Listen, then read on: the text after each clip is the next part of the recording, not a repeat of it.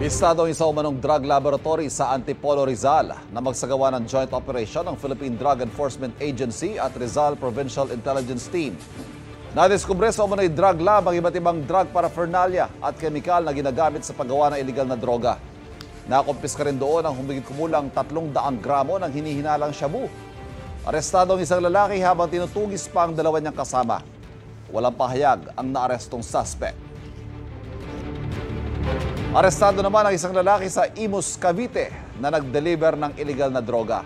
Nakuha sa kanyang hinihinalang shabu na may halagang 1.7 million pesos. Kinumpiska rin ng pulisya ang dala niyang bag at motorsiklo.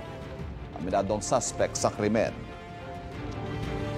Kapuso, huwag magpapahuli sa latest news and updates. Mag-iuna ka sa balita at mag-subscribe sa YouTube channel ng GMA Integrated News.